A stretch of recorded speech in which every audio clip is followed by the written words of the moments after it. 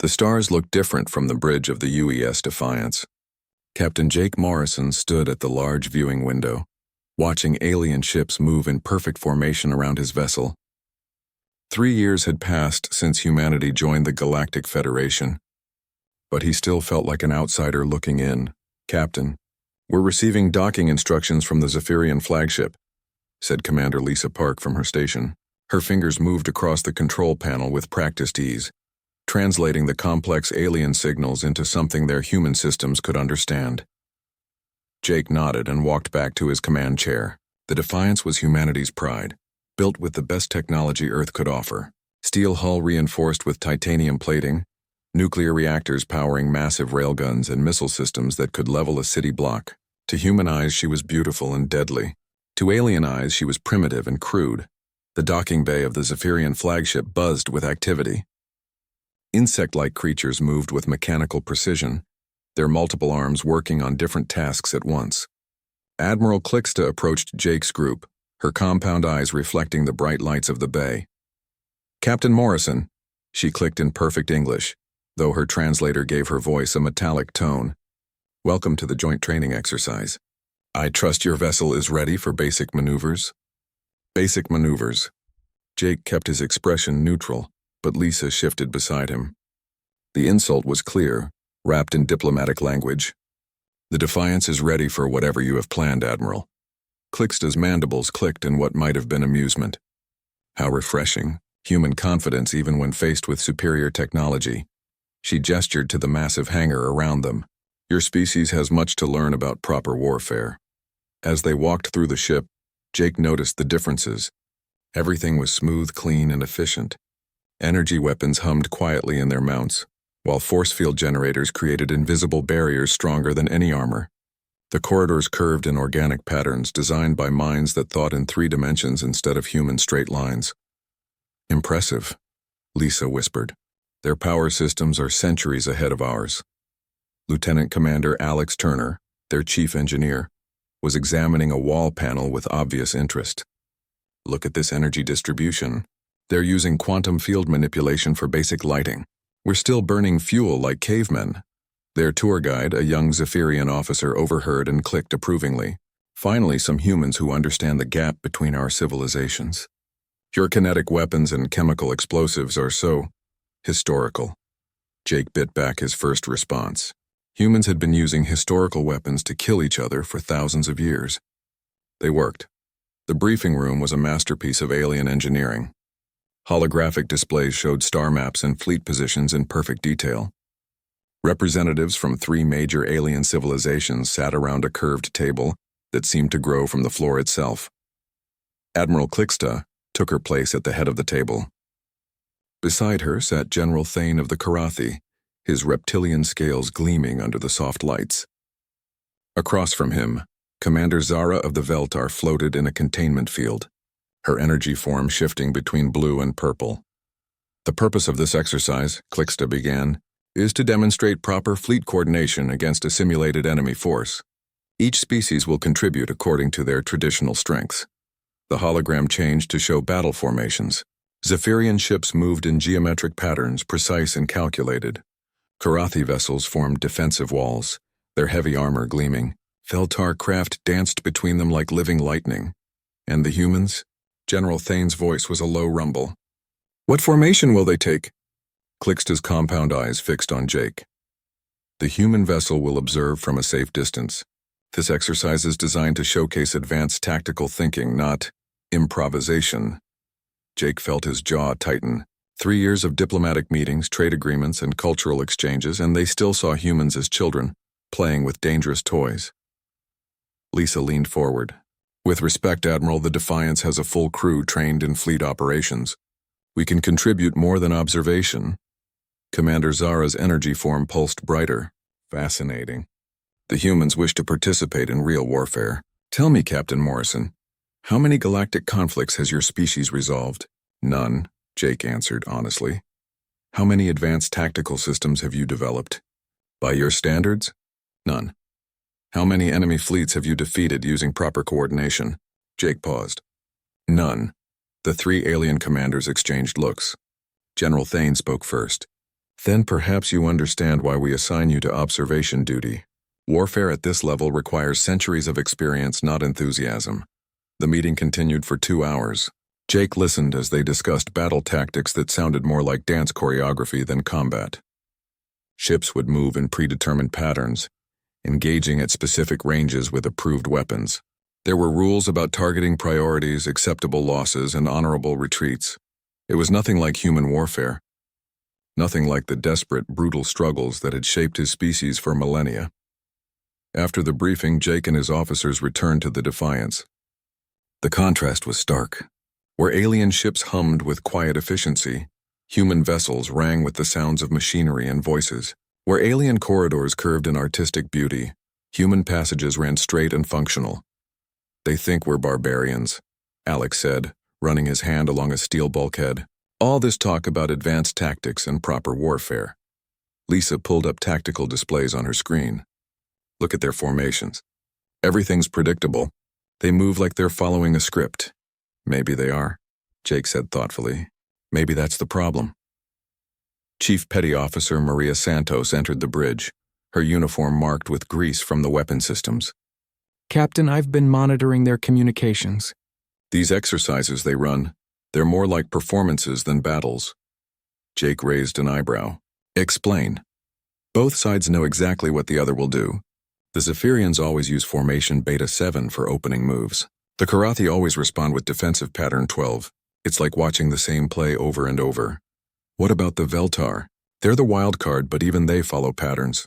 Fast strikes at predetermined weak points, then retreat to recharge." Maria shook her head. "In a real fight, they'd be sitting ducks for anyone who doesn't follow their rules." Jake stared out at the alien fleet surrounding them. Beautiful ships filled with advanced technology and brilliant minds, all convinced that they had perfected the art of war.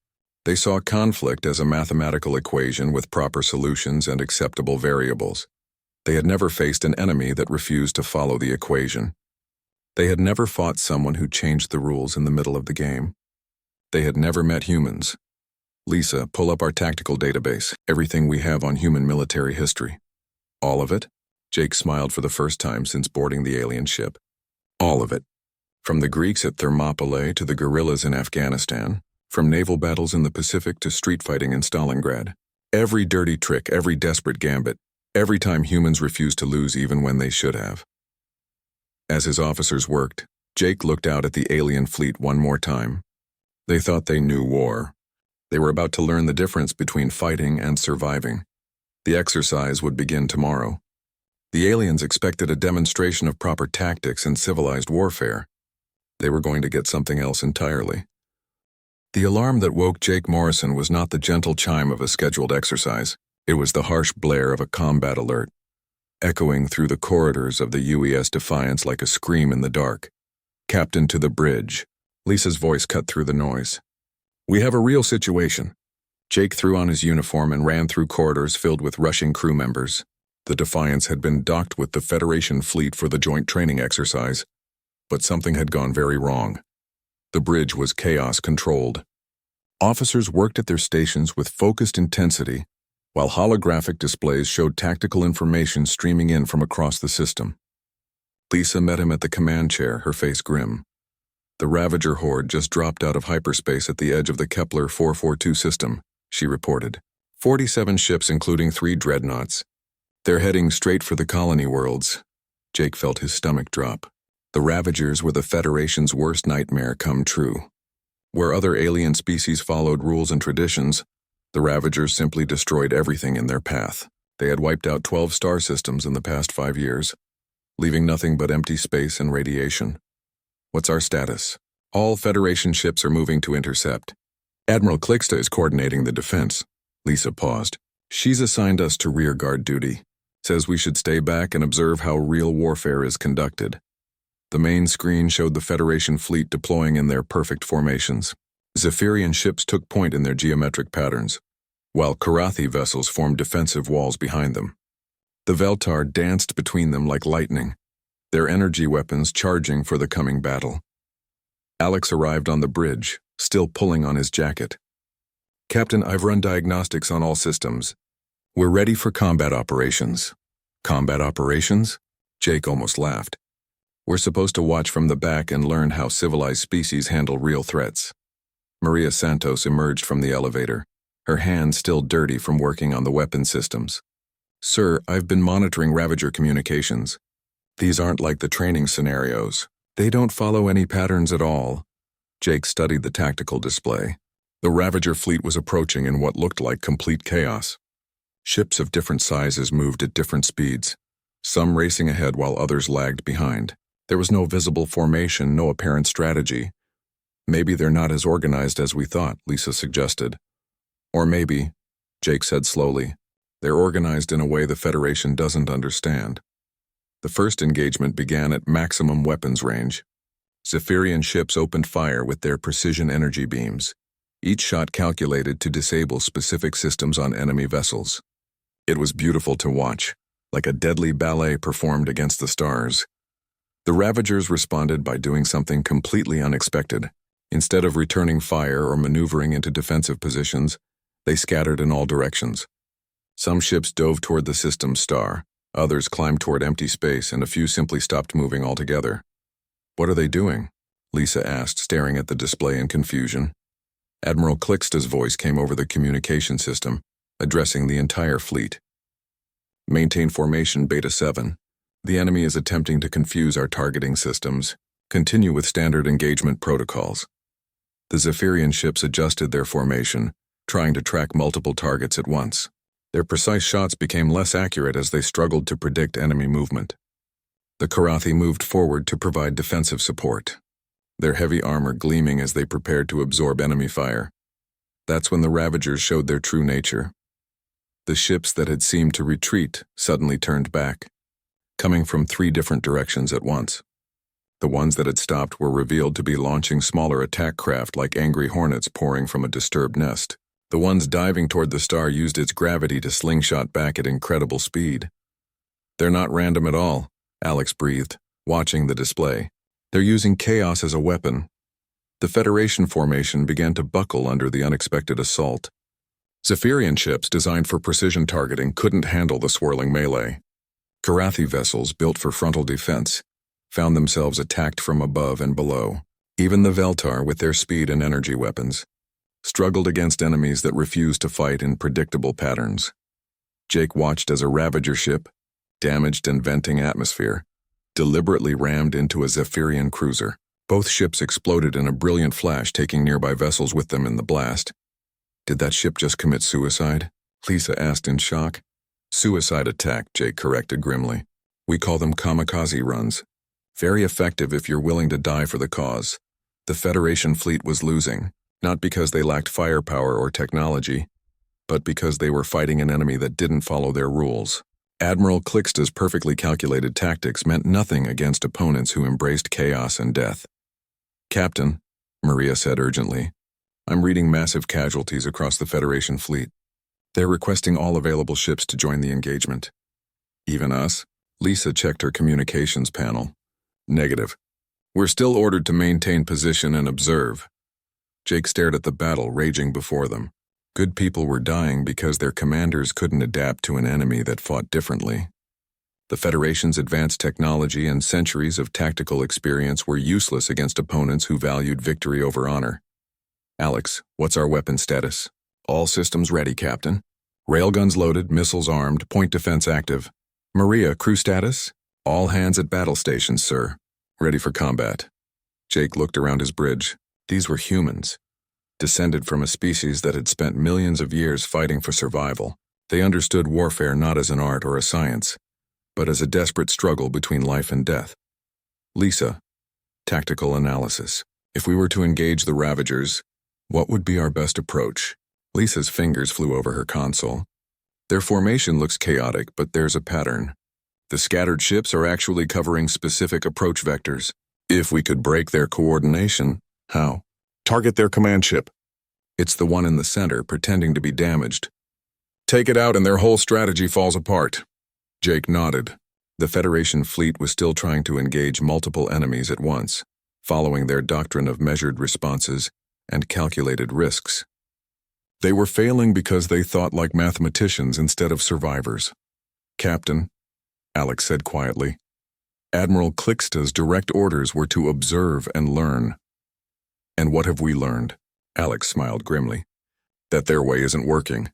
Jake settled into his command chair and studied the battle one more time. The Federation fleet was brave, disciplined, and technologically superior. But they were losing because they couldn't think like their enemy. Humans had a different problem. They thought exactly like their enemy because they had been their own enemy for thousands of years. Every dirty trick, every desperate gambit, every violation of civilized warfare, humans had invented it all while fighting each other. Maria, prepare for combat operations. Sir, Admiral Clixta specifically ordered. Admiral Clixta is about to lose this battle and get a lot of good people killed. Jake's voice was calm, but firm. Sometimes following orders isn't the same as doing your duty. The Defiance began to move, breaking away from its assigned position at the rear of the formation. On the main screen, Jake could see Federation ships dying in the chaos of battle. Their perfect formations shattered by an enemy that refused to fight fairly. The aliens had taught him something important today. They had shown him the difference between their kind of warfare and the human kind. Their kind was about honor, tactics, and acceptable losses. The humankind was about winning at any cost. The Ravagers were about to learn that there was something worse than chaotic, suicidal enemies. They were about to meet humans who had learned to be both civilized and savage, depending on what the situation required. All hands, Jake announced over the ship's communication system. This is the captain. We're going into battle against an enemy that doesn't follow the rules. That's fine. We've been fighting enemies like that for our entire history. Today we show them what human warfare really looks like.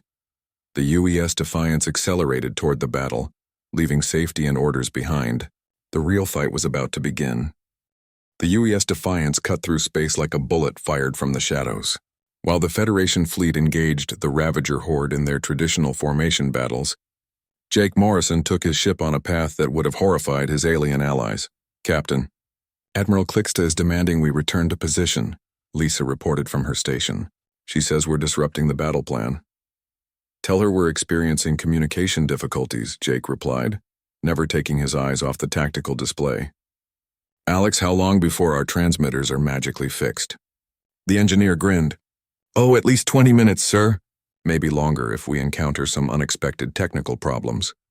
The Defiance dove beneath the plane of battle, using the system's asteroid belt as cover. This was not how civilized species fought. The Federation and even the Ravagers kept their battles in open space, where ships could maneuver freely and weapons could find clear targets. Jake had other ideas.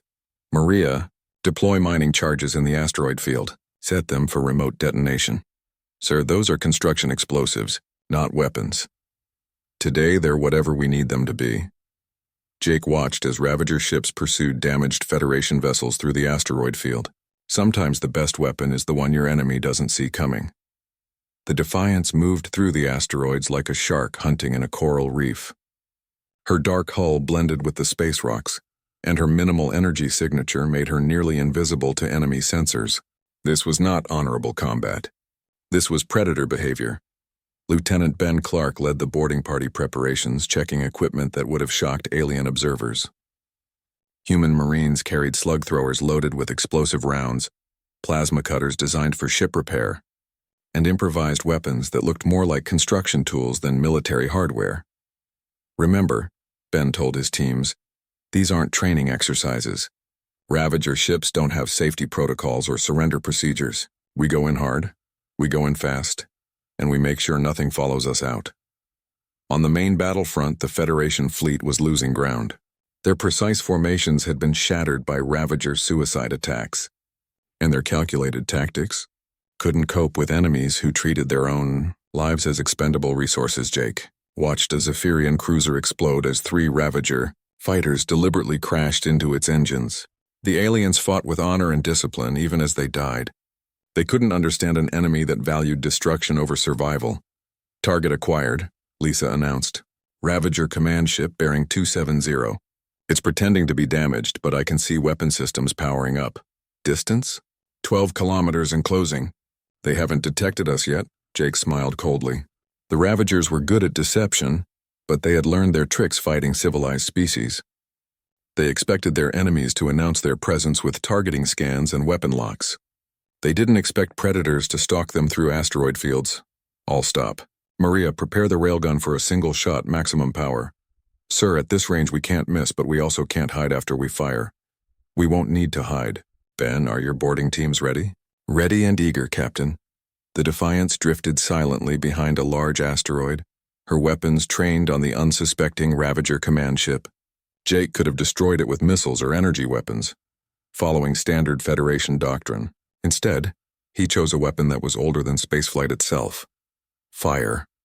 The railgun hurled a tungsten rod at a significant percentage of light speed. There was no energy signature to detect, no warning for the target to evade. The projectile punched through the Ravager ship's hull like a spear through paper, destroying critical systems and venting atmosphere into space. But Jake wasn't trying to destroy the ship. He was trying to cripple it. Direct hit on their engine section, Lisa reported. They're dead in space, but still structurally intact. Ben, you're up. Take that ship and find out everything you can about their battle plans. The Defiance moved alongside the crippled Ravager vessel like a remora attaching to a shark. Cutting torches opened holes in the enemy hull, and human Marines poured through with weapons ready. What they found inside would have terrified civilized species. Ravager crew members were not just alien. They were fanatically devoted to destruction. They fought with claws and teeth when their weapons failed, turning every corridor into a battlefield. But Ben Clark and his Marines had grown up on stories of human warfare. They knew about Normandy Beach and Fallujah, about clearing buildings room by room and fighting enemies who would rather die than surrender. They moved through the Ravager ship like professionals handling a familiar job. Captain, Ben's voice crackled over the radio. We've secured their computer core. These things are crazy, but they're not random. They've got detailed battle plans and targeting priorities. Send everything to Lisa's station, and Ben, make sure that ship never fights again. With pleasure, sir.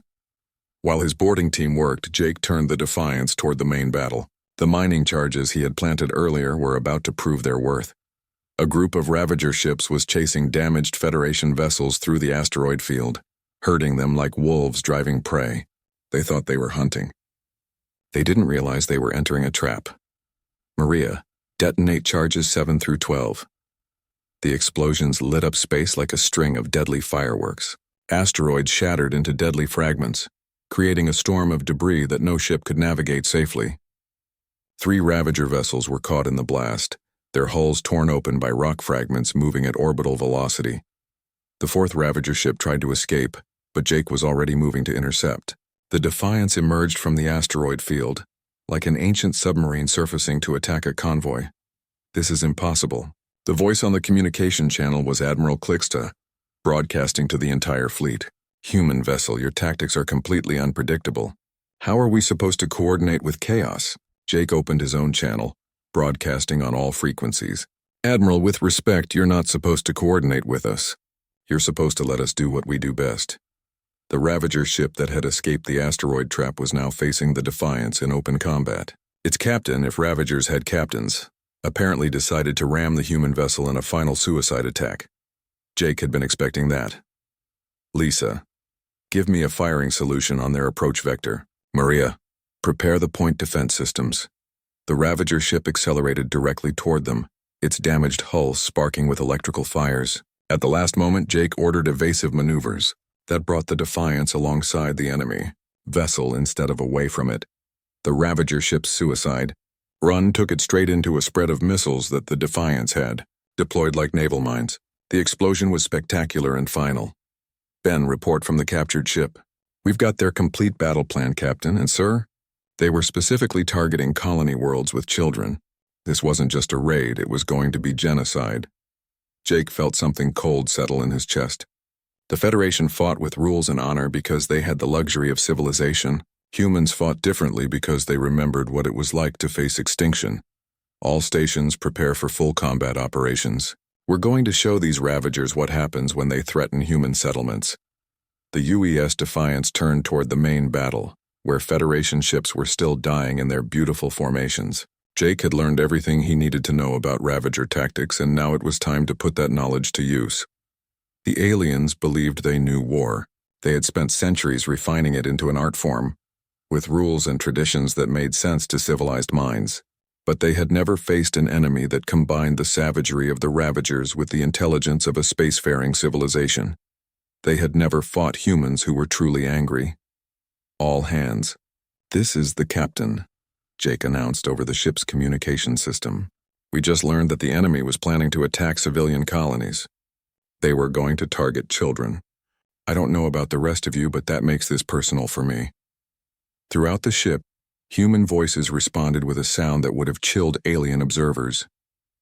It was not the disciplined acknowledgement of professional soldiers. It was the growl of predators that had just caught the scent of their prey. The Defiance accelerated toward the heart of the battle, where Federation ships fought with honor and discipline against enemies that had none.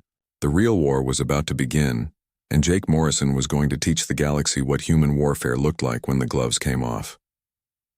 The UES Defiance entered the main battle like a ghost ship rising from hell. While Federation vessels traded fire with Ravager ships in traditional patterns, the human vessel moved through the combat zone using tactics that violated every rule of civilized warfare. "Captain, Zephyrian cruiser Harmonious Wing is taking heavy damage," Lisa reported from her tactical station. "They're requesting immediate assistance." Jake studied the display. The Zephyrian ship was trapped between two Ravager destroyers, its elegant hull scarred by energy weapon burns. Admiral Clixta's vessel was trying to maintain formation discipline even as it died. "Alex, can we reach them?" "Not through conventional approach vectors.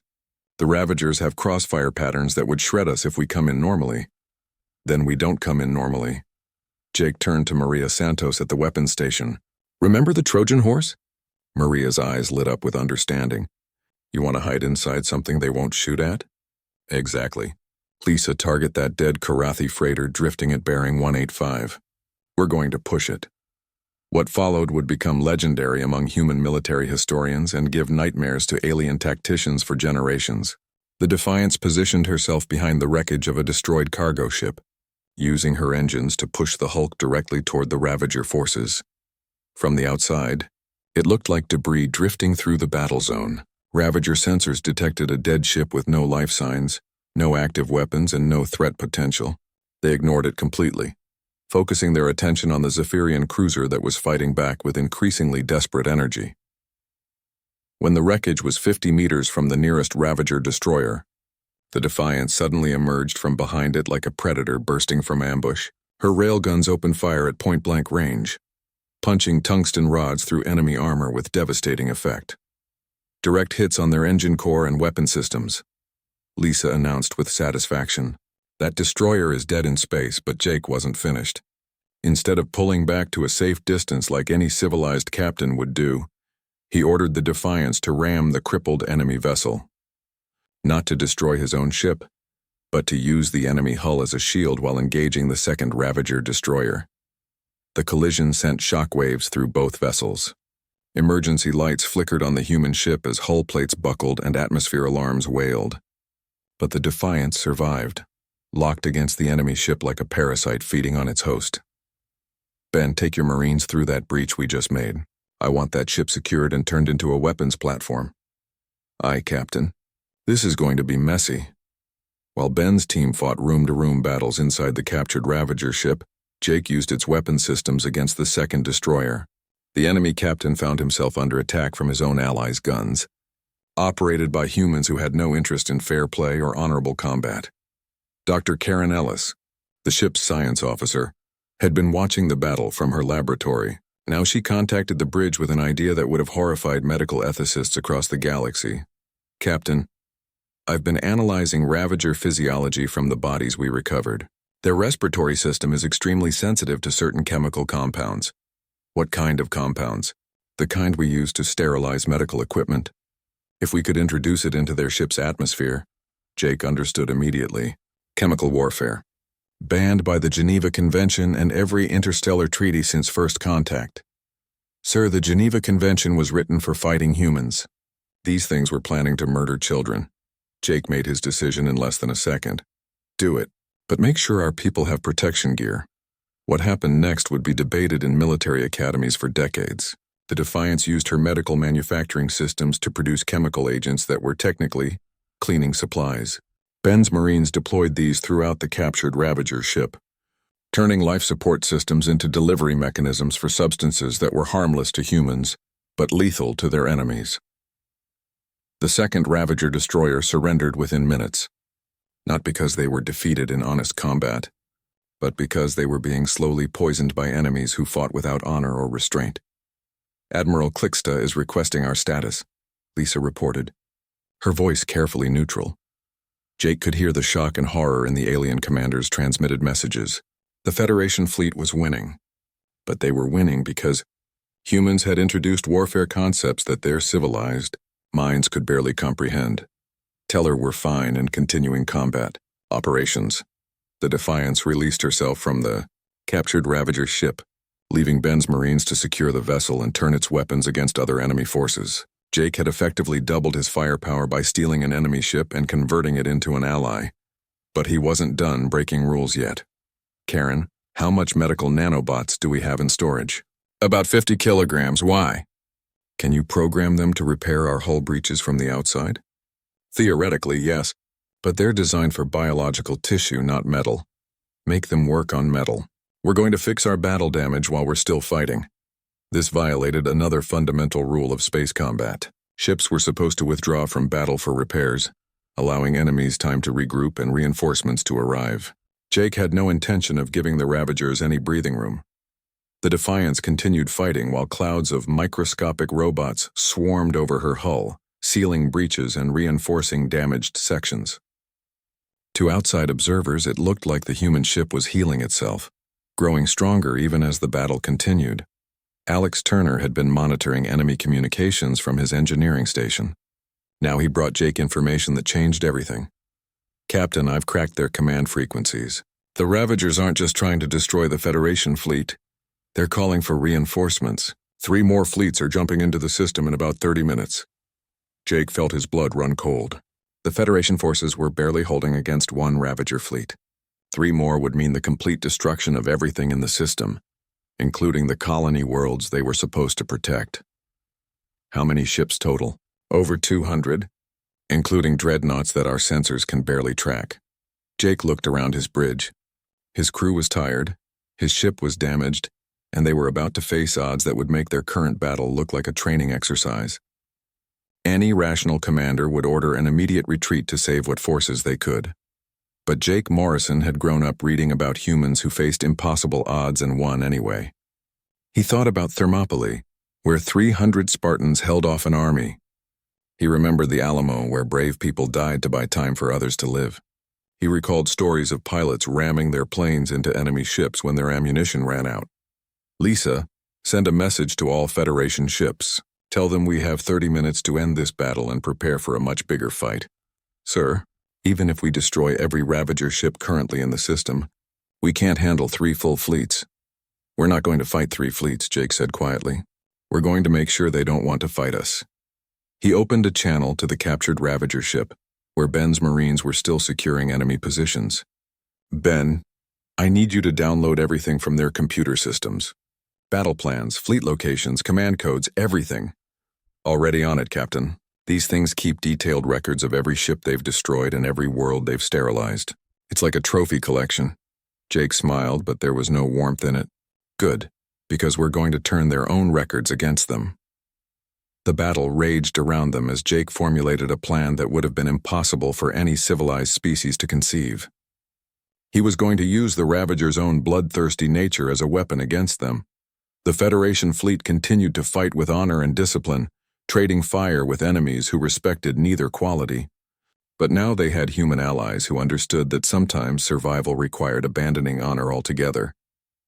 The real war was just beginning, and Jake Morrison was about to teach the galaxy what total warfare looked like when practiced by a species that refused to accept defeat.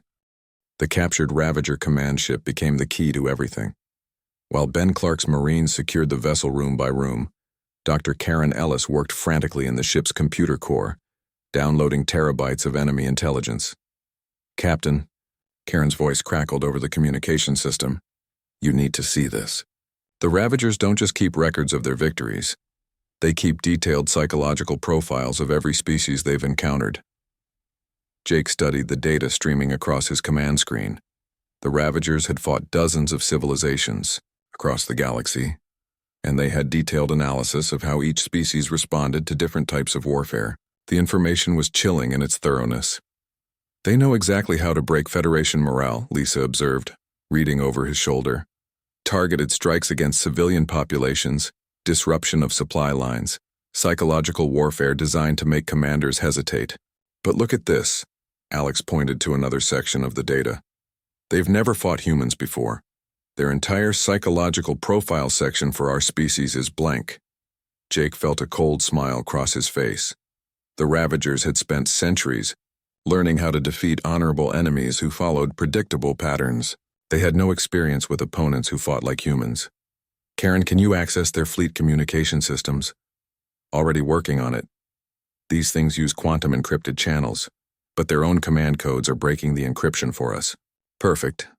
Ben, what's the status of that ship? Secured and operational, Captain.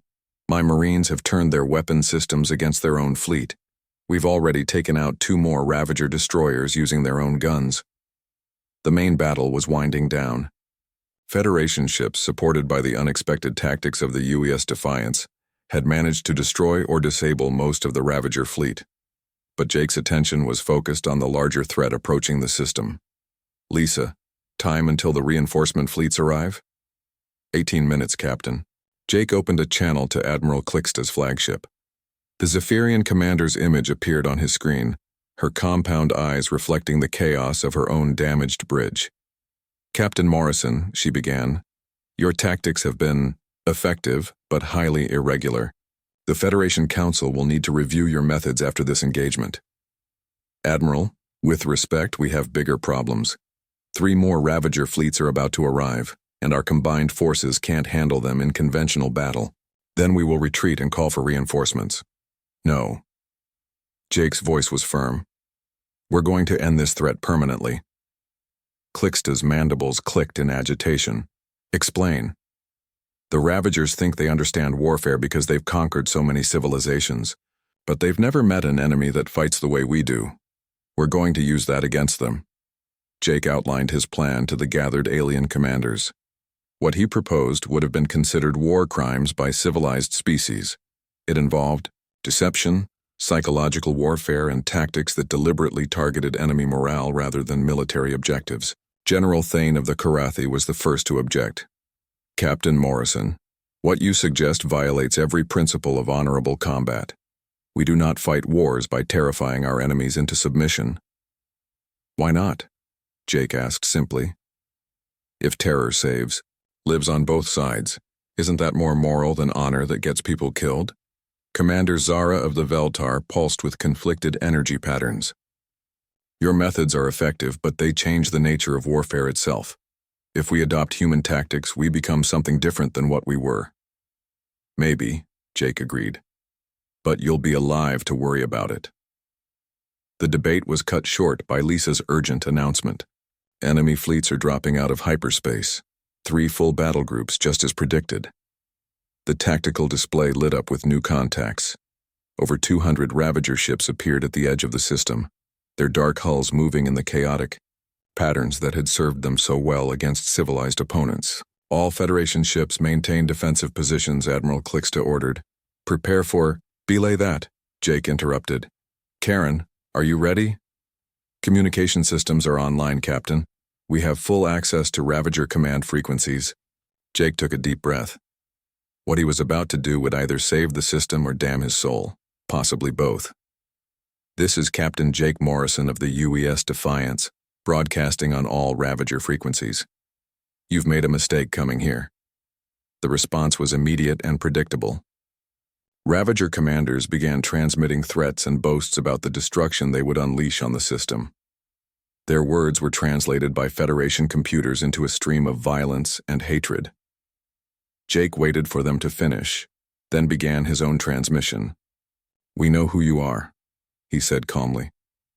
We've captured your command ship and downloaded your complete records. Every world you've destroyed, every civilian population you've murdered, every war crime you've committed in the past century. We have it all. The Ravager channels went silent. We also have something else.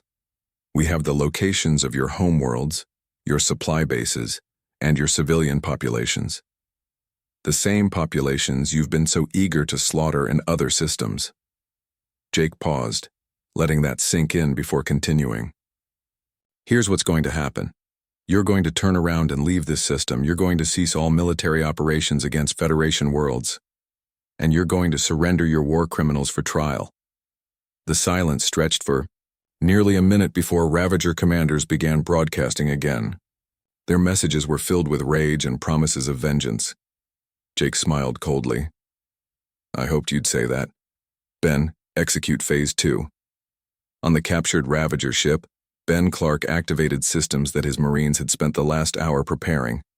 The ship's communication array began broadcasting on frequencies that reached far beyond the local system, transmitting detailed intelligence about Ravager military positions to every enemy they had ever made. What are you doing? Admiral Clixta demanded. I'm teaching them what total warfare looks like, Jake replied. For centuries, the Ravagers have survived by being the most ruthless species in the galaxy. Today, they learn what happens when they meet someone more ruthless than they are. The psychological effect was immediate. Ravager fleet formations began to waver as commanders realized that their enemies now knew the locations of every important target in their space. Homeworlds that had been safe for generations were suddenly vulnerable to attack. But Jake wasn't finished. Karen, activate the virus. Dr. Ellis had spent the last hour analyzing Ravager computer systems, using medical nanobots to create a digital weapon that would spread through their networks like a plague. It didn't destroy their ships or kill their crews. Instead, it did something worse. It broadcast the location of every Ravager vessel to every Federation ship within range. Suddenly, the Ravager fleets found themselves fighting not just the forces in front of them, but dealing with the knowledge that their entire civilization was now exposed to their enemies. Their tactical advantage and the ability to strike without warning had been completely eliminated. This is Admiral Clixta to all Federation ships, the Zephyrian commander broadcast. The humans have given us a significant tactical advantage. All vessels will advance and engage the enemy. The Federation fleet moved forward with new confidence. They were still outnumbered, but now they were fighting an enemy that was distracted, demoralized, and cut off from their support networks. Jake watched as Ravager ships began to withdraw from the system, not in organized retreat, but in panic as commanders realized they needed to protect their own worlds from the intelligence that had been broadcast across the galaxy. Captain, Lisa reported, enemy fleets are jumping to hyperspace, all of them. The battle was over. Not because the Federation had superior firepower, but because humans had introduced concepts of warfare that their enemies couldn't counter. They had turned the Ravagers' own ruthlessness against them, creating a threat that no amount of military force could address. In the aftermath, Jake found himself facing a very different conversation with the alien commanders. Admiral Clixta's flagship docked with the Defiance, and the Zephyrian leader requested a private meeting. Captain Morrison, she began, her compound eyes reflecting the lights of the human bridge. What you accomplished today was remarkable and terrifying. It was necessary, perhaps, but it changes everything. The Federation has always fought wars with certain limitations, honor codes that restrict our actions even when facing enemies who have no honor themselves. Jake nodded. And those limitations almost got you killed today. Yes. Clixta paused, her mandibles clicking thoughtfully. We are requesting that human officers be assigned to all Federation military commands, not as observers, but as tactical advisors. You want us to teach other species how to fight dirty? We want you to teach us how to win when honor isn't enough. Over the following months, the galaxy changed in ways that no one had anticipated. Human military doctrine began spreading through Federation forces, introducing concepts like psychological warfare, strategic deception, and total commitment to victory regardless of the cost. Lisa Park found herself promoted to admiral and placed in charge of a new training facility where alien officers learned human military history. They studied everything from Sun Tzu's art of war to modern counterinsurgency tactics, trying to understand how